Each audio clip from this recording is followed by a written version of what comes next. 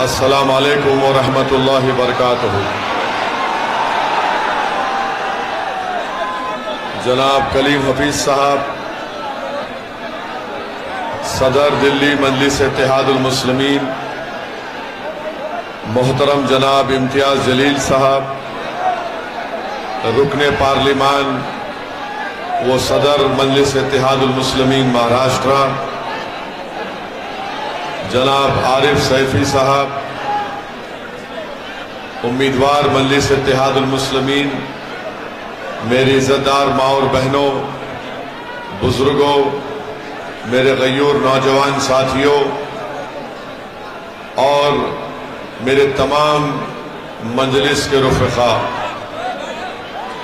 मैं आपका शुक्रिया अदा करता हूँ कि आप इतनी बड़ी तादाद में यहाँ पर भी और यहाँ पर भी आप आज इस जलसे में शिरकत किए हैं और इतनी बड़ी तादाद में आप तमाम का यहाँ जमा होना इस बात का पैगाम देता है कि इंशाअल्लाह ताला आप तमाम ने ये फैसला कर लिया है कि इस म्युनिसिपल वार्ड से इंशाअल्लाह यहाँ से आप मजलिस इत्तेहादुल मुस्लिमीन के उम्मीदवार को अपना नया कॉरपोरेटर बनाएंगे इंशाअल्लाह।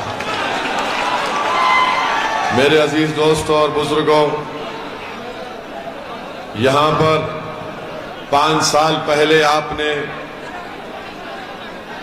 मौजूदा दिल्ली के मुख्यमंत्री, उनके पार्टी के एक उम्मीदवार को आपने वोट डालकर कामयाब किया था और आज आप देखते हैं कि इस ओखला के बल्दी हलके में यहां पर बेशुमार मसाइल हैं। आप मुझसे बेहतर जानते हैं कि दिल्ली का मुख्यमंत्री सारी दुनिया में ये ढंढोरा पीटता है कि हम दिल्ली में सबको पानी फ्री में दे रहे हैं, मगर इस वार्ड में पूरे ओखला में कहीं पर भी साफ पीने का पानी दस्तयाब नहीं होता है। जो ज़ेरे जमीन पानी है वो पीने के लिए ठीक नहीं है, वो पानी में नमक है। और आप मुझसे बेहतर जानते हैं कि इस अहलियाने ओखला को महाना 1000 से 1200 रुपये पानी पर खर्च करना पड़ता है ताकि वो पानी पी सके और उस पानी को अपने घर के जरूरियात के रोजमर्रा में इस्तेमाल कर सके। अब आप खुद ये फैसला करिए कि जो हुकूमत जिसका मुख्यमंत्री है और उस पार्टी का म्युनिसिपल कॉरपोरेटर है, उसने ओखला की आवाम को साफ पीने का पानी का इंतजाम नहीं किया, क्या वो आपके वोट का मुस्तहिक रहेगा? जिसने आपको पानी नहीं दे सका, क्या वो आपका वोट का मुतालबा कर सकता है? मेरी नजर में पानी एक बुनियादी चीज होती है और हर एक को पानी मिलना चाहिए, मगर यहां पर ओखला में दिल्ली के मुख्यमंत्री और उनकी पार्टी ने ओखला की आवाम को पीने का पानी तक मुहैया नहीं किया। आप जानते हैं कि यहां पर मदरसा है ठोकर नंबर 8 अहले हदीस मस्जिद के सामने, वहां पर एक कचरा डाल दिया जाता है, इसको भी हटाने का इंतजाम नहीं किया। बल्कि आप ये भी जानते मेरे अजीज दोस्तों और बुजुर्गों कि अबुल फजल एरिया में वहां पर भी एक डंपिंग यार्ड बना दिया गया और रोड पर कचरा डाल दिया जाता है, जिसकी बदबू से तमाम आवाम परेशान रहती है। एक और गार्बेज डंप यार्ड बना दिया गया अल शिफा हॉस्पिटल अबुल फजल एरिया में, यहां पर भी खुली मोहरियां हैं। अब आप अंदाजा लगाइए कि क्या क्या तकालीफ का सामना आपको नहीं करना पड़ता। 2007 में ओखला में एक गवर्नमेंट हॉस्पिटल बनाने का ऐलान हुआ और 2007 के बाद ऐसे 4 अस्पताल गैर मुस्लिम इलाकों में बन गए, मगर ओखला में सरकारी अस्पताल अब तक नहीं बना। और सरकार केजरीवाल की है और कॉरपोरेटर उन्हीं की पार्टी का है। शाहीन बाग में खुली ड्रेन है, रोड नहीं है, बल्कि रोड पर खड्डे ज्यादा हैं। आप बताइए कि फिर 4 दिसंबर के दिन आप कैसे यहां पर उनको वोट दे सकते हैं। ओखला में अगर कोई अपने घर की तामीर करता है तो उसको रुश्वत देना पड़ता है, रुश्वत वर्दी वाले को भी देना पड़ता और एमसीडी के लोगों को भी और कॉरपोरेटर के लोगों को भी। तो कोई घर की तामीर नहीं कर सकता बगैर रिश्वत दिए।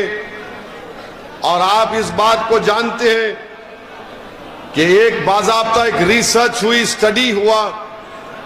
उस स्टडी का नाम यह था कि early educational marginalisation for Muslim children in India, N analysis of nursery school admission in private schools of Delhi. Muslim children who applied to private unaided schools in Delhi at nursery level, only less than 3% of children got admission. माने ये study हुई है जिसमें ये साबित कर दिया गया कि जो लोग ओखला से अपनी बच्चों को और बेटियों को और बेटों को नर्सरी लेवल पर स्कूल में, जो ये ठोकरा 8 से मदरसा और अहले हदीस मस्जिद के सामने से जो कचरे का गार्बेज का डंप है उसको हटा सके, अल-शिफा हॉस्पिटल के सामने जो गार्बेज का डंप है उसको हटा सके, खुली मोहरियों का काम करवा सके, साफ पीने का पानी आपको मुहैया करा सके, अस्पताल को तामीर करवा सके। सिर्फ मोहल्ला क्लिनिक से काम नहीं होता है, अस्पताल की एक अहमियत है, इसकी एक स्पेशलिटी होती है। ये मुद्दे आपके हैं, ये आवाम के हैं। इस पर आपको अगर एक मुस्बित फैसला आप लेंगे तो मुझे यकीन है कि इंशाअल्लाह ताला आप 4 तारीख के दिन पतंग के निशान पर मजलिस इत्तेहादुल मुस्लिमीन के हक में अपना वोट का इस्तेमाल करेंगे। दूसरी बात कि यहां पर आपने असेंबली में और इस वार्ड में आपने छोटे रिचार्ज की पार्टी को कामयाब किया। और आप जानते हैं कि दिल्ली के मुख्यमंत्री कितना झूठ बोलते हैं सेक्युलरिज्म के बारे में। मेरे ख्याल से अगर लंबा फेंकने का अगर कंपटीशन होगा कि कौन सबसे ज्यादा फेंकता है, मोदी फेंकता है या केजरीवाल फेंकता है, तो मुझे लगता है कि दोनों बराबरी पर आ जाएंगे झूठ बोलने और फेंकने में। यही दिल्ली का मुख्यमंत्री था जब यहां पर फसाद हुआ, तो फसाद जब हो रहा था एक स्टेटमेंट दिखा दो दिल्ली के चीफ मिनिस्टर का, जो फसाद को कंट्रोल करने के लिए, कम्युनल राइट को रोकने के लिए था। ये वाहिद चीफ मिनिस्टर है जब हिंदू और मुसलमानों में नफरत की आग लग गई तो ये बजाय उस आग को बुझाने के, ये बुज़दिलों की तरह अपनी पीठ दिखाकर जाकर महात्मा गांधी के समाधि के पास बैठ गया अपने मंत्रियों को लेकर। अरे अगर गांधी का तू भक्त था तो तू आता इस इलाके में, तो सब समाज के पास जाकर तुम कहते कि भाइयों शांति को बरकरार रखो, ये नफरत ठीक नहीं है। मगर ये मुख्यमंत्री बुज़दिल था, भाग गया। यही मुख्यमंत्री था जब शाहीन बाग का आपने तारीखी एहतजाज किया, जिसमें आपके एहतजाज से सारे मुल्क के लोगों को एक नई क़ुव्वत मिली, एक नई तवानाई मिली। यही मुख्यमंत्री का बयान आपने सुना होगा कि केजरीवाल चीफ मिनिस्टर ने कहा था अगर मेरे अख्तियार में होता तो मैं शाहीन बाग को आधे घंटे में खत्म कर देता। केजरीवाल, अगर तुझ में हिम्मत नाम की चीज नहीं है तो बुज़दिल है। अगर हिम्मत है तो आजा, चुनाव से पहले ओखला में बता तूने ओखला के लिए क्या किया। शाहीन बाग को आता तो हमारी वो बुजुर्ग माए तुझे हाथों हाथ दे लेती, तो इसलिए नहीं आया यहां पर। आओ मुख्यमंत्री केजरीवाल, आओ ओखला को आओ, आकर रिपोर्ट दो तुम्हारी कि तुमने ओखला में क्या किया। चुनाव से पहले आकर दिखाओ कि तुम्हारा कॉरपोरेटर, जिसको तुमने कॉरपोरेटर बनाया, उसने ओखला की आवाम को कैसे धोखा दिया। जब उसका नेता धोखा देता है तो उसका छोटा भी धोखा देगा। तो ये दोनों मिलकर धोखा दिए हैं।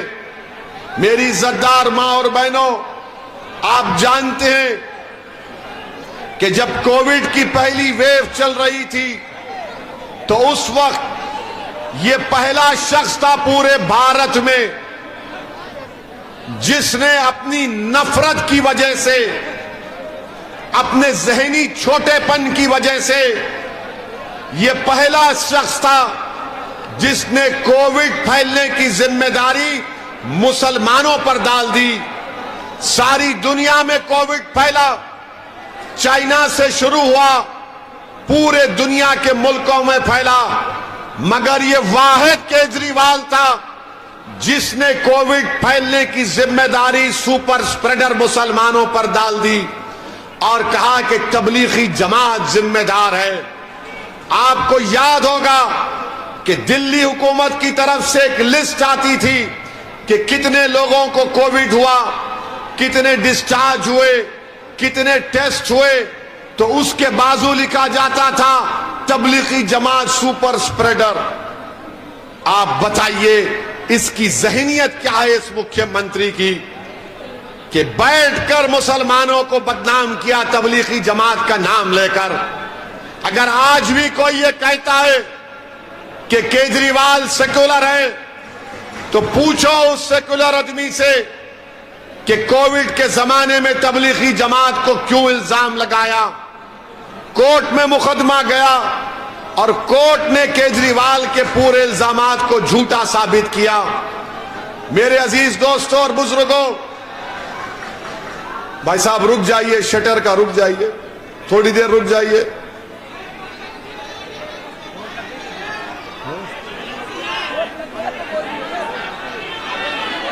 क्या हुआ?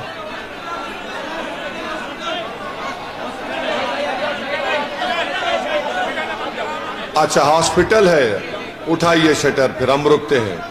हम केजरीवाल की तरह नहीं है।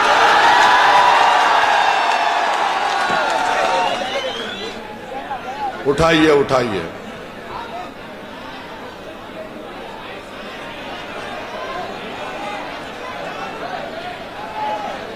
बोले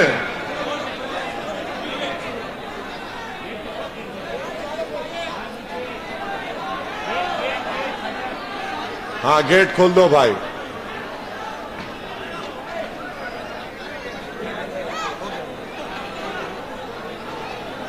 ओके, यू आर हैप्पी?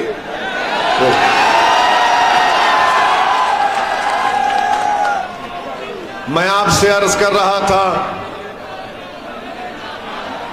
कि दिल्ली के मुख्यमंत्री का असली चेहरा सामने आ गया। एक और मर्तबा आ गया जब दिल्ली के मुख्यमंत्री ने कहा कि मैं अपने बड़े भाई मोदी से अपील करता हूं कि हमारी 500 और 2000 की नोट पर हमारे देवी देवताओं की फोटो को लगा दिया जाए। अब आप बताइए, छोटे भाई बड़े भाई को बोल रहे हैं और बड़े भाई देख रहे हैं कि पूरे मेरे नक्शे कदम पर चल रहा है। यानी भारत का कोई मजहब नहीं है, ये हमारा जो वतन है इसका कोई मजहब नहीं है। अगर कोई खुदा को नहीं भी मानता तो भी भारत उसका है। ये भारत की खूबसूरती और ताकत है। मगर दिल्ली के मुख्यमंत्री को यह बताना है कि मैं बड़े भाई से ज्यादा हिंदुत्व आइडियोलॉजी का मानने वाला हूं। ऐसा लगता है कि किसी जमाने में दोनों बिछड़ गए थे किसी मेले में। एक दिल्ली को आ गया, एक गुजरात में रह गए थे। माने ये कोशिश कर रहे हैं कि हिंदुत्व की आइडियोलॉजी को सबसे ज्यादा कौन मानता है। ये जो आपका दिल्ली का मुख्यमंत्री है, ये 2013 का मोदी है। याद रखो आप मेरी इस बात को।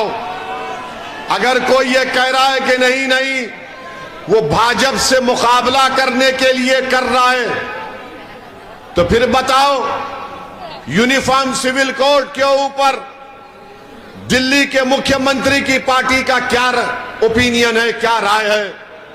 मैं यूनिफॉर्म सिविल कोड का खिलाफ हूं। इसलिए खिलाफ हूं कि भारत के संविधान में, आइन में आर्टिकल 29 है, 29 है, राइट टू कल्चर एक अनफेटर्ड फंडामेंटल राइट है। और यूनिफॉर्म सिविल कोड की बात भारत के प्रधानमंत्री वजीर आजम मोदी करके ये चाहते ये हैं कि हमसे हमारी तहजीब को छीन लिया जाए। हमारी तहजीब हमारे मदरसे हैं, हमारी तहजीब मसाजिद है, हमारी तहजीब हमारा हिजाब बुर्का और हमारी दाढ़ी है, हमारी तहजीब हमारी किताब है, हमारी तहजीब हर चीज है। जो बीजेपी हमारी तहजीब को खींचना चाहती है यूनिफॉर्म सिविल कोड के नाम पर, तो ये केजरीवाल यूनिफॉर्म सिविल कोड के बारे में एक लफ्ज भी नहीं बोलता है, एक लफ्ज भी नहीं बोलता है। और जो लोग ये कहते नहीं इसमें हिकमत है, अच्छा हिकमत है तो ये बताओ बिल्किस बानो के ऊपर केजरीवाल क्यों नहीं बोलता? बिल्किस बानो के ऊपर केजरीवाल क्यों नहीं बोलता? बिल्किस बानो तो सिर्फ मुसलमानों का मसला नहीं है।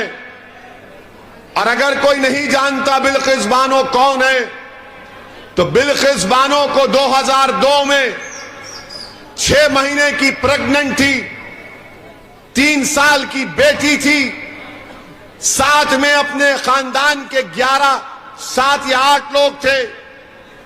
बिल्किस बानो को प्रेग्नेंट होते हुए जालिमों ने उसका रेप, अस्मत रेजी की, उसके बाद उसकी मां का रेप किया और खानदान वालों का रेप किया, उसके बाद उनका कत्ल किया और एक मां के सामने 3 साल की बेटी का सर लेकर पत्थर पर मारकर उस बेटी का कत्ल कर दिया। वो बिल्किस बानो है जिसका मुकदमा मुंबई में चला। और वो बिल्किस बानो पर जुल्म करने वालों को नरेंद्र मोदी की सरकार 15 अगस्त को जब हम आजादी का अमृत उत्सव मना रहे थे, हमारे मुजाहिदीन आजादी को खिराज अकीदत पेश कर रहे थे, तो बीजेपी के नरेंद्र मोदी और अमित शाह ने गांधी को खिराज अकीदत पेश नहीं किया, मौलाना आजाद को खिराज अकीदत पेश नहीं किया, अल्लामा फजल खैराबादी को खिराज अकीदत पेश नहीं किया, महमूदुल हसन को खिराज अकीदत पेश नहीं किया। मोदी और अमित शाह ने बिल्किस बानो के रेपिस्ट को, उसके बेटी के कातिलों के खिराज अकीदत पेश किया और उनको जेल से रिहा करवाया। मैं आज भी पूछ रहा हूं, बताओ केजरीवाल, बिल्किस बानो के बारे में तुम्हारी क्या राय है? बोलो बिल्किस बानो के बारे में तुम्हारी राय क्या है? दिल्ली के डिप्टी चीफ मिनिस्टर से पूछा गया, तो उन्हें पूछा गया बिल्किस बानो के ऊपर, तो कहा हम स्कूल बनाते हैं। पूछा गया बिल्किस बानो का रेप हुआ, तो उसने कहा हम टीचर देते हैं। अगर बिल्किस बानो की बेटी जिंदा होती तो शायद वो जामे मिलिया यूनिवर्सिटी में अभी पढ़ती रहती होगी। इंसाफ जब तक मजलूमों से नहीं होगा, दुनिया में अमन कायम नहीं हो सकता। इंसाफ सबसे होना चाहिए, किसी मजहब का हो, किसी जात का हो। ये आपका दिल्ली के मुख्यमंत्री का चेहरा है कि नोट पर ये फोटो लगा दो, गांधी की भी फोटो रखो और ये फोटो भी रखो। अरे तू गांधी के पैगाम को नहीं समझा। यूनिफॉर्म सिविल कोड पर 0, बिल्किस बानो पर खामोशी, मगर बार बार ये बोलते हैं कि नहीं नहीं, इनके जो चमचे हैं जो ओखला में फिरते हैं, ये जो केजरीवाल छोटा रिचार्ज के चमचे हैं, वो बोलते हैं कि नहीं नहीं ऐसा नहीं है, भाजपा को हराना है। मेरे भाई, अंधेरे का अंधेरे से मुकाबला नहीं होता, जुल्म का जुल्म से मुकाबला नहीं होता, अंधेरे का मुकाबला रोशनी से होता है, जहालत का मुकाबला इल्म से होता है। अगर कोई चापलूसी करता है और ये कहता है कि नहीं नहीं मैं केजरीवाल का भक्त हूं, तो तुम केजरीवाल के भी भक्त हो और मोदी के भी भक्त हो तुम लोग, क्योंकि दोनों में कोई फर्क नहीं है, दोनों में कोई फर्क नहीं है। मेरी आपसे गुजारिश है कि पहचानिए इन लोगों को कि दिल्ली में जब आप अल्पसंख्यक समाज मुसलमानों के इलाके में आते तो कहते हैं आपसे कि बीजेपी और मोदी को हराना है, जब किसी और दूसरे इलाके में जाते तो कहते हैं कि मैंने यहां पर स्कूल बनाया, हॉस्पिटल बनाया, पार्क बनाया, रोड बनाई, आपको फ्री पानी दिया। अरे केजरीवाल, यही जबान तुम ओखला में आकर बताओ, यही बात आकर ओखला में करो। नहीं करेंगे, डराएंगे बीजेपी से। याद रखिए, कानून सबके लिए बराबर है। बाबा साहिब अंबेडकर का बनाया हुआ संविधान और आईन सबके लिए बराबर है। कानून मोदी के लिए भी बराबर है तो ओवैसी के लिए भी बराबर होगा इंशाअल्लाह। वो गए डराने के दिन, हमारे जिंदगी का फैसला अल्लाह करता है। और अगर आपने देख लिया कि जब फसादात के बाद जब बच्चे जेल में थे तो क्या कोई केजरीवाल का आकर उन बच्चों की, उन घर वालों की पूछा हालत कैसी है? आपने हालात का मुकाबला किया। और आज जो लोग केजरीवाल के चमचे यहां पर फिरते हैं, उसकी गुलामी करते हैं, मेरे सवाल का जवाब दो। खालिद सैफी जेल में है, खालिद सैफी जेल में है, और खालिद सैफी की बीवी, उसकी पत्नी, उसकी वाइफ रोते हुए वीडियो जारी करती है कि खालिद जेल में बीमार है, अगर इलाज नहीं होगा तो खालिद को कुछ हो जाएगा। बताओ केजरीवाल के चमचों, तुमको खालिद की तकलीफ याद नहीं आई? तुमको खालिद की पत्नी की फरियाद तुम्हारे दिल को नहीं पिघलाई? अगर तुम्हारे दिलों में धड़कता हुआ दिल होता तो तुम खालिद की बीवी की तकलीफ को अपनी बहन की तकलीफ समझते।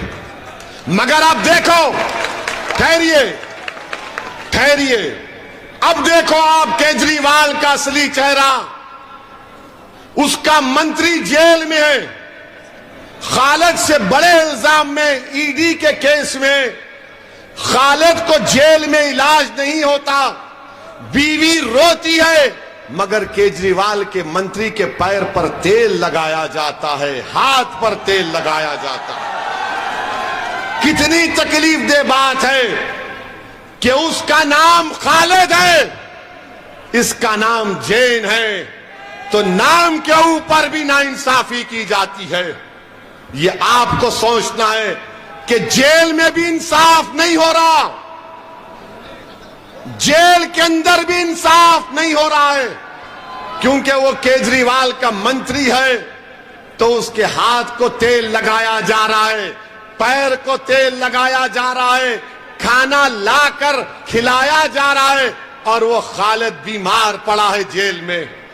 मेरे अजीज दोस्तों और बुजुर्गों, ये फैसला आपको करना है 4 तारीख के दिन। अब रहा सवाल कांग्रेस पार्टी का। कांग्रेस पार्टी बहुत बूढ़ी हो गई है। कांग्रेस पार्टी के जो नेता हैं, जो नेता है, 15 साल आपने कांग्रेस को सत्ता दी थी दिल्ली में, 15 साल। अब बताओ कौन सा नेता दिल्ली में है उनका? रोड पर नजर नहीं आता। उनका नेता पूरे भारत में पैदल फिर रहा है, पैदल पैदल पैदल पैदल।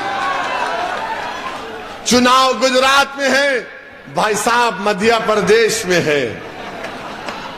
कैपिटल दिल्ली में लड़ाई चल रही है, भाई साहब बता रहे हैं कि कैसे आरएसएस से बैठकर मुकाबला किया जाता है। तो कांग्रेस को वोट देना वोट जाय करने के बराबर है। अब कांग्रेस में दमखम नहीं रहा। अब कांग्रेस सिर्फ म्यूजियम में रहेगी इंशाअल्लाह ताला। आप देखना,